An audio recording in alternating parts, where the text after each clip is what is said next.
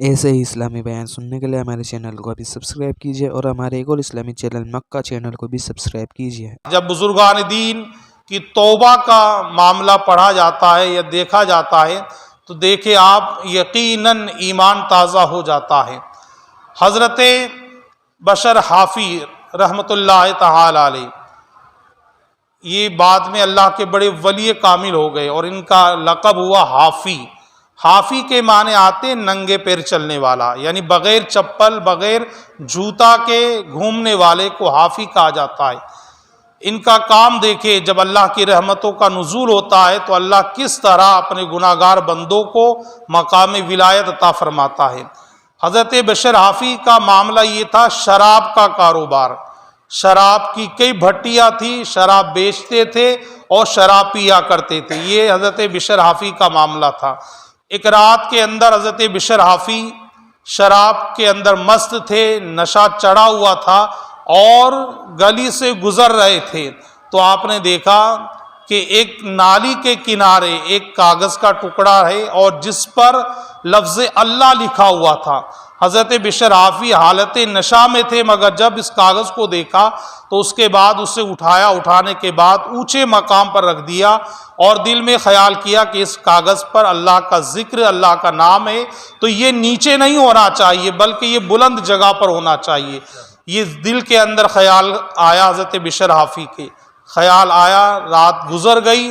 صبح ہونے کے بعد حضرت بشر حافی کا جب نشہ اترا تو آپ کے خادم نے آ کر کہا کہ بشر، تجھے وقت کے ولی کامل نے یاد کیا ہے۔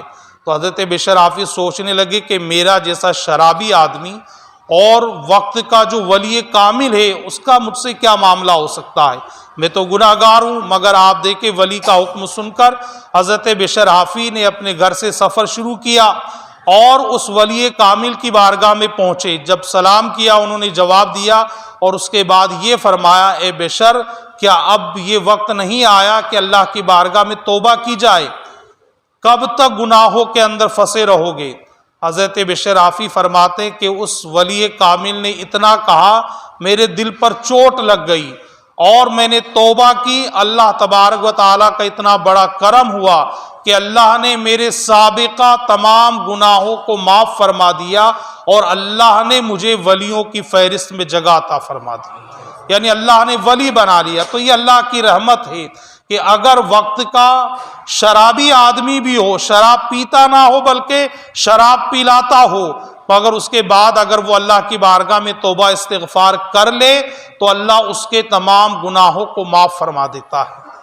اتنے گناہ تو کسی کے نہیں ہوں گے یہاں پر کہ جس کے شراب کے کارخانے بھی چلتے ہو، شراب پلاتا بھی ہو اور شراب پیتا بھی ہو، اتنا بڑا گناہگار کوئی نہیں ہوگا۔